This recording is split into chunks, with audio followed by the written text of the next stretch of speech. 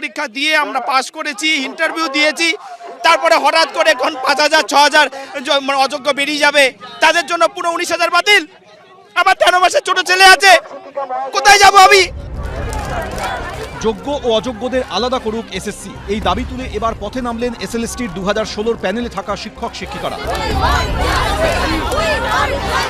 এবছর 22 এপ্রিল নবম থেকে দ্বাদশে স্কুলে চাকরি পাওয়া 25,753 জনের প্যানেল বাতিল করে দেয় কলকাতা হাইকোর্টের বিশেষ ডিভিশন বেঞ্চ। 8ই মে সেই রায় স্থগিতাদেশ দেয় সুপ্রিম কোর্ট। 19 ডিসেম্বরের শুনানিতে সুপ্রিম কোর্টে প্রধান বিচারপতি প্রশ্ন করেন, রাজ্য সরকার কি মনে করে যে বৈধ অবৈধ চাকরি প্রাপকদের আলাদা করা সম্ভব?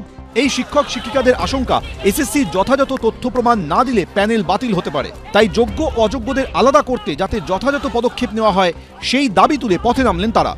যারা অযোগ্য ক্যান্ডিডেট তাদের নাম সহ রোল নাম্বার প্রকাশ করতে হবে, আমরা যারা যোগ্য আমাদের সম্মানের সঙ্গে আমাদের চাকরি ফেরত দিতে হবে, আমাদের একটাই দাবি। আগে যে শুনানিটা হলো সেখানে এসএসসি এবং রাজ্য সরকারের যে লয়ার যে বক্তব্য রেখেছে সেখানে অনেক ভুল তথ্য দিয়েছে, তারা কিন্তু সঠিক তথ্য তুলে ধরেনি। আমরা চাইছি তারা ভালো লয়ার দিক, ভালোভাবে ব্রিফ করে যাতে সঠিক তথ্য কোর্টের কাছে দিয়ে দেয় এবং অবিলম্বে সেগ্রিগেশনটা করে দেয়, যেটা অনেক দিনে আমাদের দাবি, তারা সেগ্রিগেশন করছে না। শুক্রবার শিয়ালদা থেকে ধর্মতলা পর্যন্ত মিছিল করেন এসএলএসটির 2016 প্যানেল থাকা শিক্ষক শিক্ষিকারা। এরপর রাতে রানী রাসমণি অ্যাভিনিউয়ে অবস্থান বিক্ষোভের প্রস্তুতি নেন তারা, কিন্তু পুলিশ এসে অবস্থান তুলে নেওয়ার নির্দেশ দেয়। ওনাদের এরকম যে একটা পরিকল্পনা ছিল যে ওরা 7 তারিখ অবধি আরআর এভিনিউর মতো রাস্তায় বসবে, এটার জন্য তো দেখুন পুলিশের কাছে ওনারা কোনো কিছু জানাননি বা ওনাদের কোনো ঘোষিত কর্মসূচি ছিল না। বা এরপর ওয়াই চ্যানেলে অবস্থান শুরু করেন আন্দোলনকারীরা।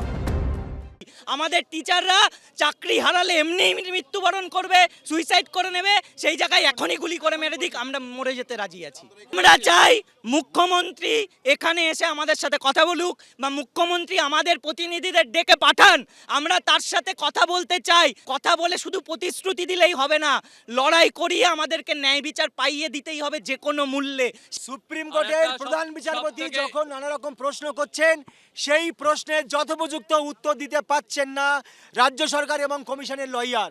আমাদের একটাই দাবি যে পদ্ধতিতে আমাদের নিয়োগ হয়েছে কোনো রকম বেনিয়মের মধ্যে আমরা পড়ি না, তাই রাজ্য সরকারের লয়ার এবং কমিশনের লয়ার উপযুক্ত তথ্য প্রমাণ দিয়ে এই সেগ্রিগেশনটা করে দিক, তবেই আমরা বাঁচব। এদিন ধর্মতলায় অভয়া মঞ্চের তরফে আন্দোলনকারীদের পাশে থাকার বার্তা দেওয়া হয়। যোগ্য যারা রয়েছেন তারা আজকে প্রতিবাদ জানাতে এখানে রয়েছেন, তো সেখানে তাদের কাছে আর কি পথ খোলা রয়েছে? তারা কোর্টেও যাচ্ছেন, কোর্টের কাছেও তারা এই একই জিনিস ঘটছে, তো সেই জায়গায় তারা রাস্তায় নেমেছেন, তো সেই জায়গায় পাশে থাকার বার্তা ছাড়া আমাদের তো কিছু দেওয়ার নেই। অবশ্যই আমরা সংহতিতে আছি, এটুকু বলার জন্যই আমরা এসেছি। 7ই জানুয়ারি সুপ্রিম কোর্টে এই মামলার শুনানি রয়েছে। এবিপি আনন্দ।